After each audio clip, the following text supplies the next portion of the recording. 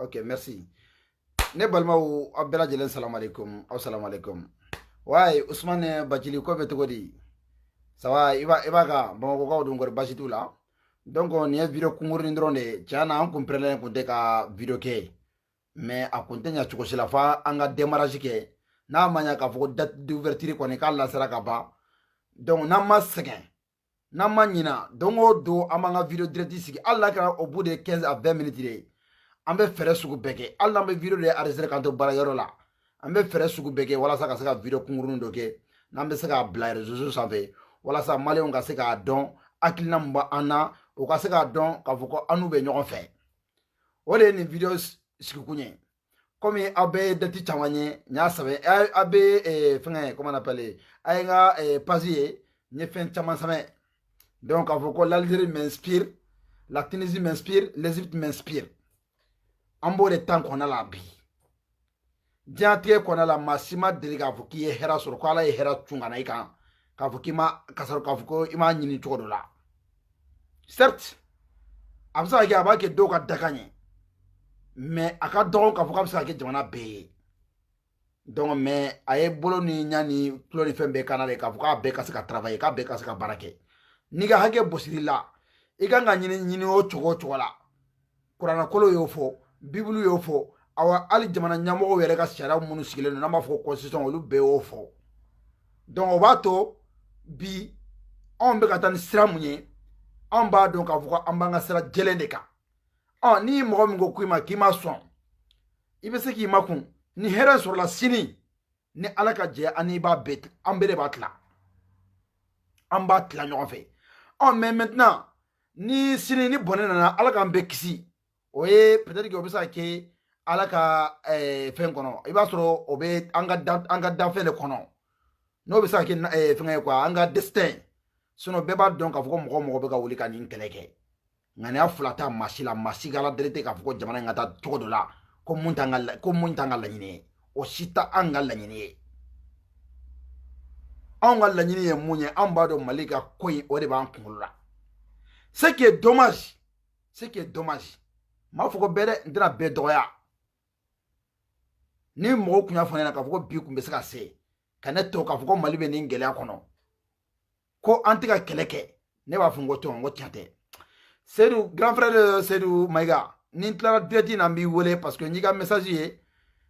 n kun kan k'i wele, mais Ala ko tiɲɛ hakili bɔra. Mais je vais t'appeler après la vidéo. Ok?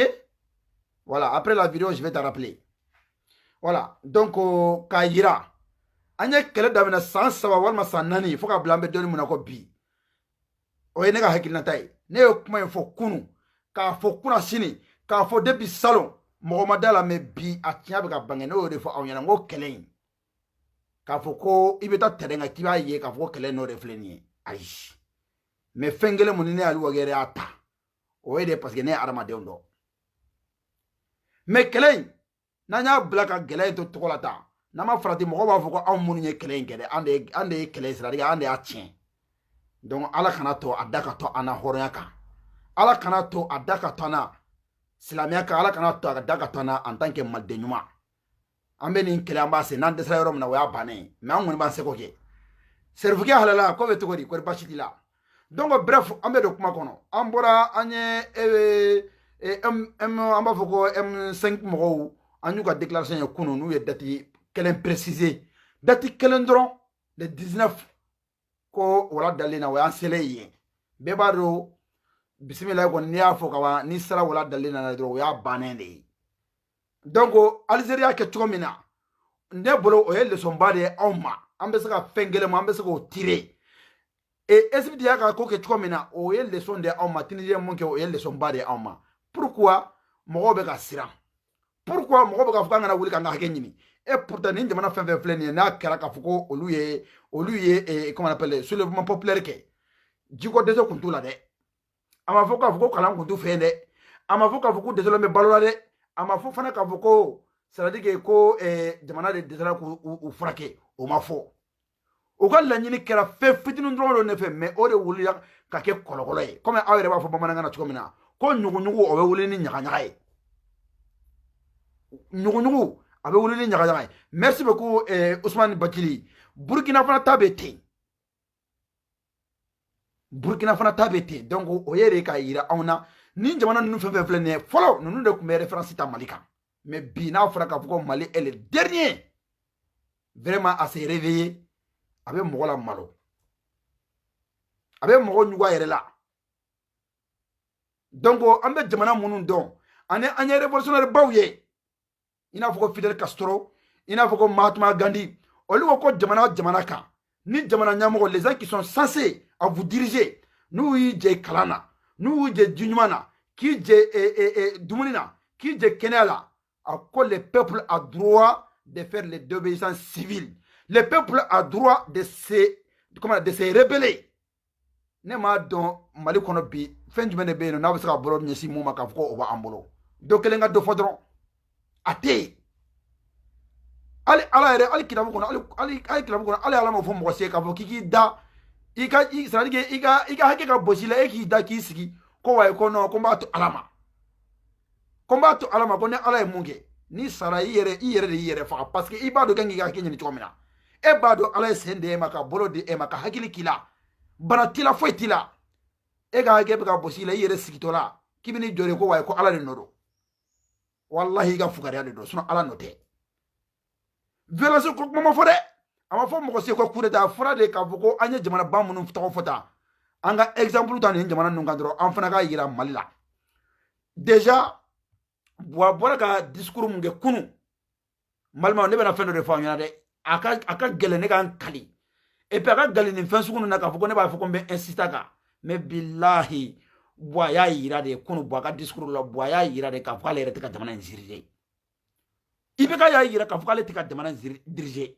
o kuma nin bɛ diya mɔgɔ mun ye o i b'a bila i kunna hali n'i y'i sigi ka discours lamɛn ka Buwa yɛrɛ kɛcogo la e b'a dɔn pɛrɛ k'a fɔ ko jamana yɛrɛ c'est-à-dire a cogoya yɛrɛ t'a bolo bilen mɔgɔw bɛ se ka pousser dugu ma ou bien mɔgɔw dɔ bɛ yen olu b'u k'u nɔrɔ a la parce que olu t'a fɛ ka taga n'o taara olu ka na bɛ bɔn kabiri ala diɲɛ da o de dɔn dɛ donc ni dɔ ka ban ma sa dɔ ka na tɛ ja dɛ bi ma Buwa n'a ka mɔgɔw bila anw kan depuis 2013 fo bi diɲɛlatigɛ promesse foyi ma ta maliyɛndenw ɲɛna k'a fɔ ko mun kɛra ko i bɛ se ka y'i bolo ɲɛsin fɛn kelen min na k'a fɔ a kɛra ce qui est dommage les gens qui ont de l'avenir les gens qui doivent penser demain n'a fɔra k'a fɔ ko olu bɛ k'a sɔn k'a fɔ k'u b'u ka c'est-à-dire k'u bɛ tugu nin gouvernement lankolon de kɔ i b'i ka carrière tiɲɛ i b'i ka fɛn bɛɛ bila sini Buwa a mana kɛ hali an ka to yɛrɛ Buwa kana taga yɛrɛ fɔ 2023 ce qui n'est pas défendable il faut jamais essayer de le défendre sinon après foyi t'a kɔn ni malo tɛ an ka imamukɛ Diko an ka foli b'a ye an b'an ka sɛrifikɛ fɔ yɔrɔ bɛɛ b'a dɔn ninnu filɛ nin ye o si bɛ yɔrɔ min na bi k'a fɔ ko ninnu bɛ se k'a fɔ ko ninnu bɛ laɲini dɔ kɛ ko mun b'a to ko Mali bɛ ci maliyɛnden hali ni nin fɔra hali fatɔ ye Bamako yiri la wallahi bila b'a fɔ ko tiɲɛ tɛ ne m'a dɔn adamaden mɔgɔ bɛ se ka juguya cogo jumɛn na ka tila ka juguya i yɛrɛ ma o de bɛ bali ne la o de bɛ ne dabali ban ni cɛkɔrɔba ninnu bɛ se k'u bolo di ɲɔgɔn ma cogo min na pourtant u ka revendication bɛɛ i t'a débatteur fɛn fɛn ɲininka k'a fɔ k'u ma k'u ye fɛn dɔw fɔ k'u y'u bolo ɲɛsin a ma k'a fɔ ko nin man ɲi ko est ce que k'a ɲɛnabɔra wa ni dɔ bɛ se k'a fɔ ko awɔ k'a ɲɛnabɔra a tɛ yen mais le pire élection législative mun kɛra ka kɛ bɛɛ ɲɛna wa c'est à dire an bɛ se k'a fɔ ko présidentielle la an ye mankan dɔ la mais législative ta kɛra kɛnɛ kan n'a fɔra k'a fɔ ko sariya maa minnu yɛrɛ ye sariya kɔfɔbagaw ye n'olu yɛrɛ ye loi yɛrɛ violer maliyɛnw ɲɛna komi Manasa yɛrɛ ka kuma na ko fɛn tɛ digi maliyɛn na ne ko o bɛɛ kɔfɛ halisa a bɛ k'a fɔ k'a ma ko wayi ko ka sariya bato sariya jumɛn de bɛ bato an b'an ka an facɛ fɔ an tonton Mamadou Ali Bacili maître Mamadou Ali Bacili a ko anw ma ko ala anw bɛ ka Manasa fɔ ko Manasa ye cour constitutionnelle présidente ye k'ale yɛrɛ bolo yɛrɛ ko Manasa ninnu yɛrɛ tɛ exister yɛrɛ donc o yɛrɛ kan ka kɛ fɛn dɔ ye ka yira maliyɛnw an bɛ mun fɔ aw ɲɛna aw bɛ sɔn maliyɛndenw de bɛ Mali libérer aw ma sɔn maliyɛndenw de bɛ Mali libérer n'an y'an ka jamana to tan an bɛ k'an denw ma jugu ye an bɛ kɛ mɔgɔ minnu bɛ bɔ o fana kɔfɛ an bɛ tila k'o k'olu ma jugu ye parce que diɲɛlatigɛ kɔnɔna la bɛɛ n'i ka waati de don bɛɛ n'i ka waati de don sinon n'a y'a sɔrɔ ni bɛɛ n'i ka waati kun tɛ ala kɛra ye kɛlɛ kɛ Mahamadu sallallahu alaihi wa sallam ka diinɛ lafasa a tagatɔ la a y'a fɔ de k'a fɔ ko diinɛ kelen k'an k'an janto a la k'an ka fɛɛrɛ bɛɛ kɛ mɔgɔ a mana kɛ mɔgɔ ka taa na i k'i seko bɛɛ kɛ awa jamana fana bɛ ten i mana kala wagati mina i b'i seko bɛɛ kɛ i b'i seko bɛɛ kɛ kɛlɛ suguya ka ca dɛ kɛlɛ ye kɛlɛ ko saba de i b'a kɛ physiquement n'i tɛ so la i b'a kɛ da la n'i tɛ so la i bɛ se ka k'i dusukun na k'i ka ŋaniya siri hali dangali ni e mun b'a dɔn k'a fɔ ko tiɲɛ na e tɛ se ka taa marsikɛyɔrɔ la mais i bɛ t'i ka sali gɔlɔn kan i ni ala ka di wallahi n'i ye buwaga nin fanga in danga billahi a bɛ minɛ o de b'a to maa caman b'u ye u bɛ kuma u bɛ bɔ u bɛ dangali kɛ o dangali bɛ ka bi buwaga don o don parce que n'i se wɛrɛ t'i ye ka bɔ yen ka taa bɔ yen force la i b'a dangali mun kɛ nɔ cɛ e bɛ hɛrɛ ye mɔgɔ bɛ hɛrɛ ye mais o hɛrɛ tile kelen a tɛ si bɔ a tɛ si bɔ a kunkolo la ka sababuya kɛ ka maa hakɛ ka maa hadamaden ka hakɛ bɔsa la a tigi ɲɛnama ko parce que ko se bɛ e ye o tigilamɔgɔ k'i danga wallahi ala b'o ka dangali minɛ awa ni fanga ye komi i n'a fɔ ko buye y'a fɔ cogo min na an bɛ ni fanga ye an b'a danga fo ka taa bin hali n'a ma bin an kɔni bɛ nin danga f'a ka kɛ jugu sago ye parce que an b'a dɔn maa minnu don maa fagalaw don maa minnu don u tɛ hinɛ maa minnu don c'est à dire u mako tɛ maliyɛndenw na komi maliyɛndenw dɔw bɛ fana bɛ yen nɔ minnu yɛrɛ mako t'u fɔ ka avenir la yani an k'a fɔ ko wayi ko mɔgɔw ka loi voter ko mɔgɔw ka institution bonya don min na Kidali ka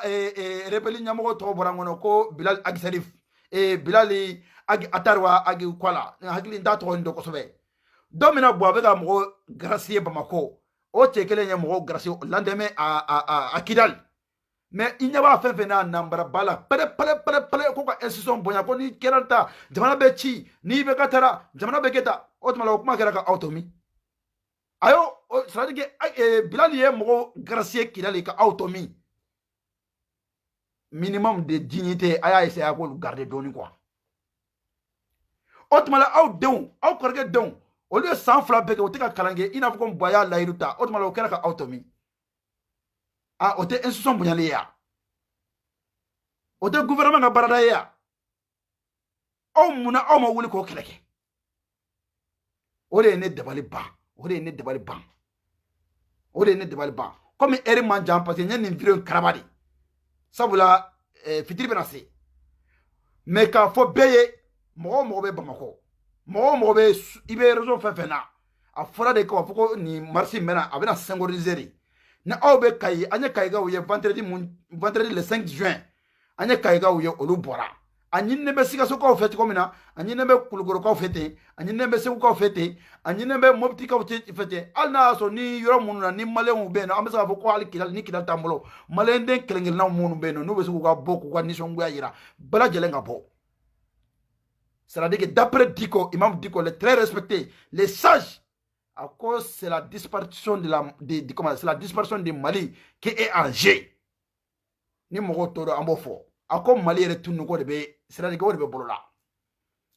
u y'an ka wari tila anw yɛrɛ bɛɛ sigilen ɲɛna ko dialogue national maliyɛndenw aw ye ala cɛ dialogue kɛra don min na fo ka bila bi la a ye Bubu Sise ka taa compte rendu kɛ assemblée kɔnɔ wa a ye Bubu Sise ka taa compte rendu kɛ télé la wa aw y'u ye ka mun de kɛ aw y'u ye ka mun de kɛ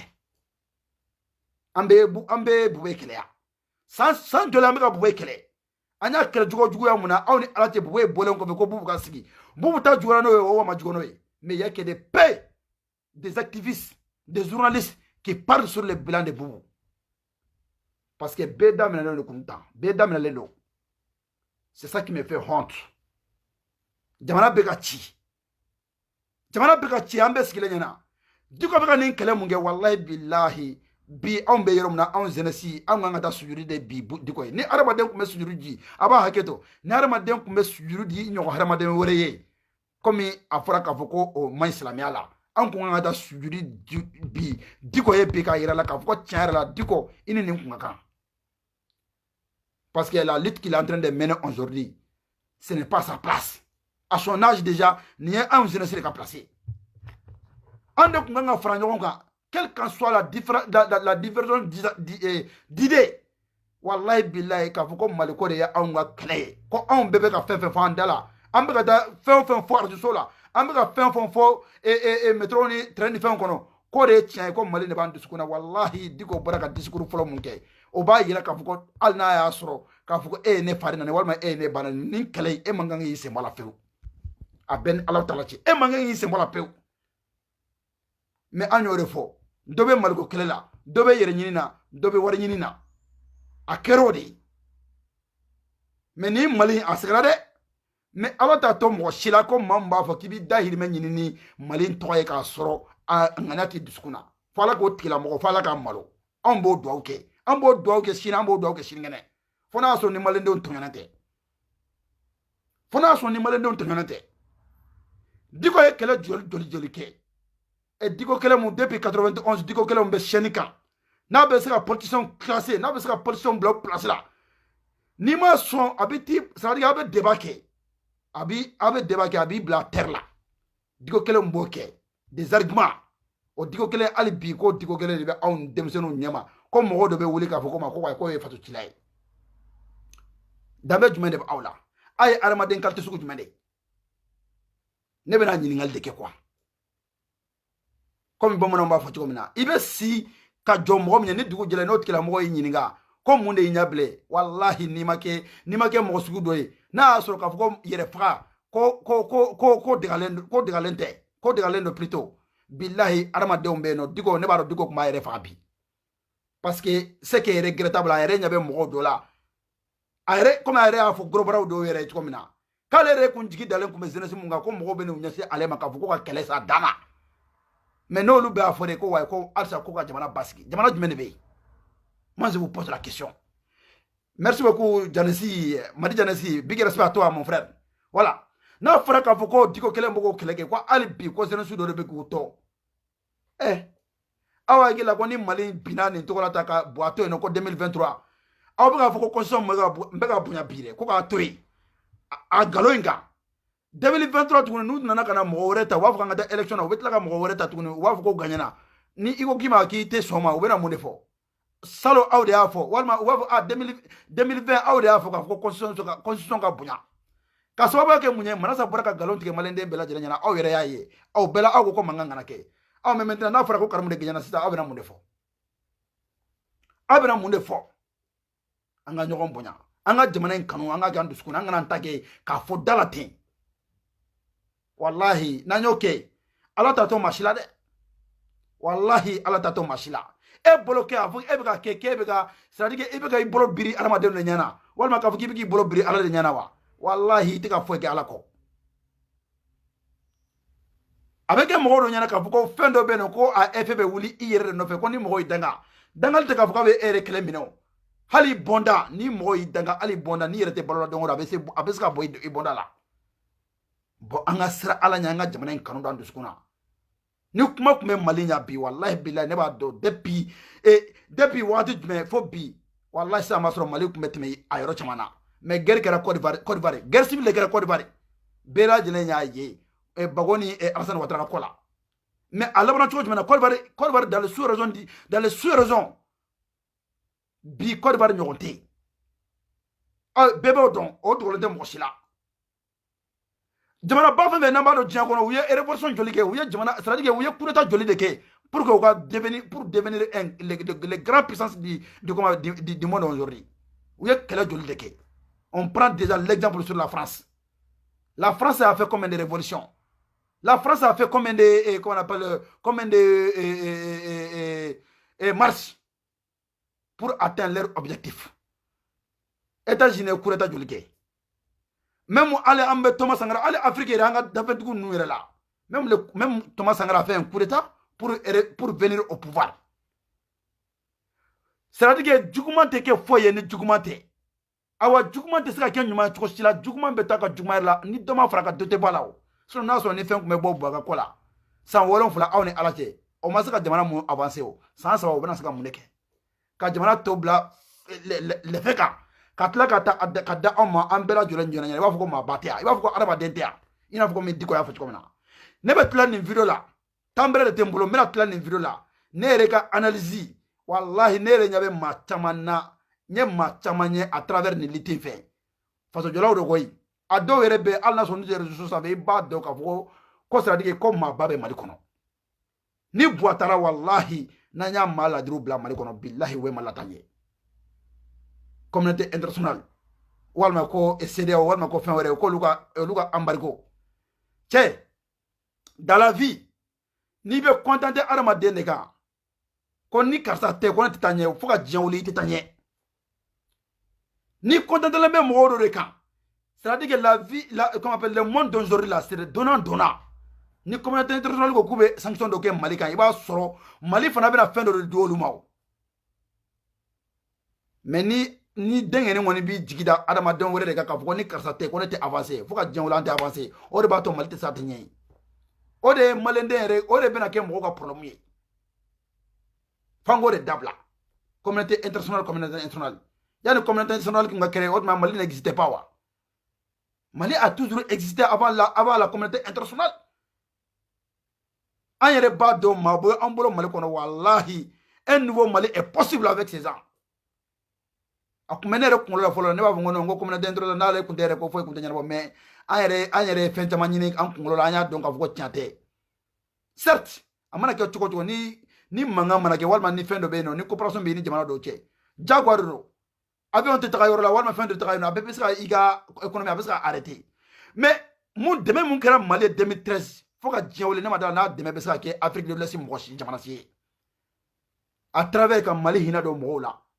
ka damine ka fo Mali ndo mun be jamana ko ko we jamana munun kono an yere nanga stabilité nanga dignité nanga honoré ani ante digake olu ye ko confiance be ta ka da Mali ka yira o so be la pour que ko Mali ndo ngana bo jamana ko ka milliard ta ka di en euro c'est même pas c'est pas en euro et en dollars ka di la ibrama yere naga moma a wari be wa be détourner wa wari be détourner billahi a wari be détourner la awni alaje mo be sigi jigida nunga bubu sise kelenye élection présidentielle ke 2018 ka jamana de arama de ka manifeste sa iba fuko she ko wari betra boita blala ka tla ka dossier ka tla ka tasuma de aga ministère kono ko tasuma donai malende bela jele na masima sika wuli ka kuma ka beda mine kele o bubu kelen be ka ministère français bi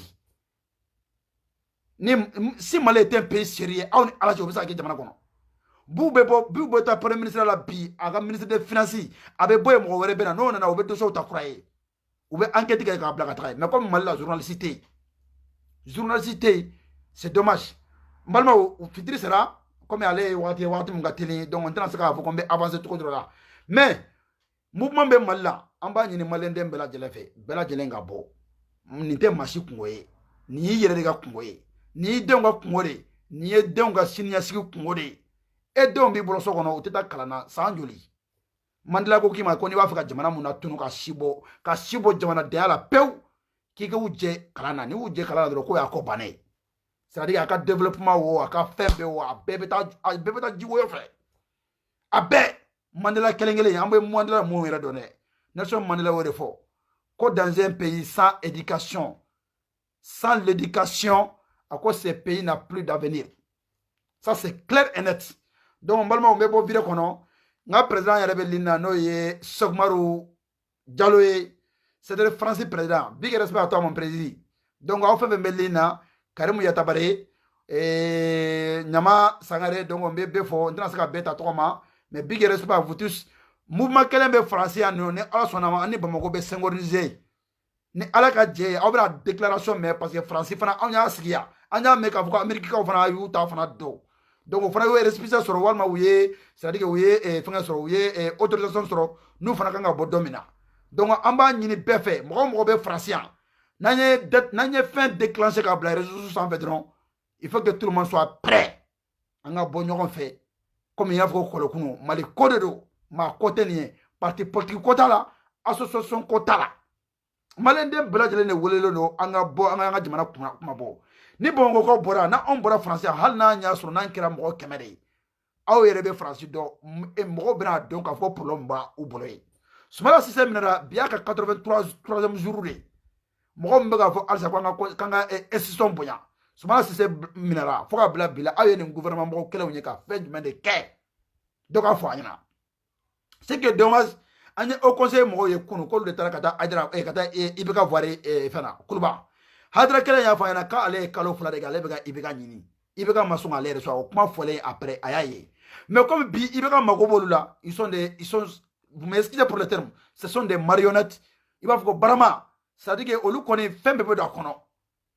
olu ba don nous mago sero olu madron no olu worai ali t'a fɔ ko an ka to sida u bolotɔla de bɛ taa ka taa don kuruba Haidara e ta ma bala an na comme i yɛrɛ y'a fɔ i ko au conseil ye politique la mɔgɔw ka tɔn de ye ke e t'a fɛ mais bi e de filɛ nin ye palon na kɔ la e b'a dɔn nin kɛlɛ min bɛ sen na e Haidara de wulila k'a yira maliyɛnden bɛɛ lajɛlen na ko sonyani mun kɛra ni élection na k'a ka bɔ hakili ma an tɛ se k'a faamu k'a fɔ ko aw bɛ se ka négociation jumɛn de yɛrɛ ɲini na ni IBK kun mago kun bɛ maliyɛn na ko IBK b'a dɔn k'a fɔ ko mɔgɔ minnu bɔra ka mankan ci ko tiɲɛ yɛrɛ la k'a kan k'u bonya aw ni ala cɛ IBK kun kan ka nin tan bɛɛ ta wa maliyɛnw ka nin tan bɛɛ ta ka sɔrɔ ka bɔ ka kuma nin bɛɛ de ka an ka incompétence yira na nin bɛɛ de ka yira na k'a fɔ ko a b'a dɔn maliyɛnw tɛ se ka fara ɲɔgɔn kan IBK y'o de yira nin na comment peut-il que IBK peut reconduire Boubou le même Boubou Cissé hali n'a sɔrɔ n'a ka politique générale n'a y'a présenté ne hakili t'a la dɛ mais Boubou sigira premier ministre la fo ka bila bi la a ma ka bien présenté a ma foyi foyi kɛ aw ye Boubou ye k'a fɔ ko Boubou taara assemblée la k'a taara i sigi han parce que n'a bɛ taa assemblée la bi la u bɛ taa tugu a la ye jamana wari Boubou ni Karimu n'u ka clan de ye jamana wari u y'a bɛɛ k'u sago ye awa 2023 ni IBK tora yen nɔ a ye cɛ diya o a ma cɛ diya o IBK c'est-à-dire que Karimu ma sigi Musa Tɛmɛni ma kɛ président ye parce que a bɛ se ka kɛ Musa Tɛmɛni yɛrɛ bɛ se k'a fɔ k'a bɛ démissionner ka bɔ assemblée président la ka tila ka taa ye awa ala laban na hali kalanbali n'o ye Adi Ɲangaro a bɛna Adi Ɲangaro a bɛ kɛ Mali président ye parce que Mali ta kɛra o de ye n bɛ sago kɛ foyi tɛ ba la mɔgɔ minnu yɛrɛ bɛ yen nɔ k'a fɔ k'an ma k'an ka institution bonya olu yɛrɛ bɛ ka institution ka fɛn bɛɛ bonya o bɛ ka a bɛɛ violer aw bɛ loi jumɛn de don Mali kɔnɔ k'a fɔ ko mun bɛ mun kunna k'a fɔ ko o bɛ ka sariya bato dɔ ka dɔ fɔ ɲɛna dɔrɔn Manasa t'a bato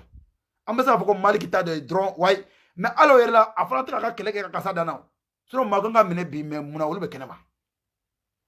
assemblée ko tɛ président de la république ko tɛ comment on appelle Boubou ko tɛ a filɛ nin ye IBK filɛ nin ye ka taa Karimu Burankɛ sigi haute cour de justice ka t'o bila yen nɔ n'o kɛra maintenant sini ma sini ministre jumɛn de bɛ taa Cissé mɔgɔ minnu yɛrɛ IBK ni mɔgɔ minnu farala ɲɔgɔn kan ka jamana nafolo dun a yɛrɛ ka kuma ko ACD ko waati sera k'ale ma maa y'a kɛrɛfɛ e ne balimaw IBK bɛ ka anw humilier don o don IBK bɛ ka an insulter don o don IBK bɛ ka maliyɛn dɔw manque de respect don o don halisa o IBK kelen de bɛ nin jɔ anw ma k'an k'o ka dalako kuma lamɛn IBK bɛ mun de fɔ k'a fɔ k'a bɛ don maliyɛn kunkolo la que e bolo bɔlen bɛ mɔgɔw ye élection législative kɛra comme i ko ko dialogue kɛra dialogue mun kɛra ka bɔ ka bila bi la u ye compte rendu kɛ maliyɛnden jumɛn de ye an maa o maa taara wari dialogue in na la plupart de ces gens là c'est des preneurs de l'argent au pouvoir c'est des gens qui ont arnaqué le gouvernement ka taa ko dialogue national ne y'a fɔ an ɲɛna n ko nin dialogue national tɛ dɛ ko dialogue national inclusif n ko c'est une dialogue national pour l'exclure le Mali ka Mali ka c'est-à-dire ka Mali ko ban pewu an filɛ nin a kɛnɛ kan n balimaw wassalamu alaikum wa rahmatulahi wa barakatuhu parce que fɛn sera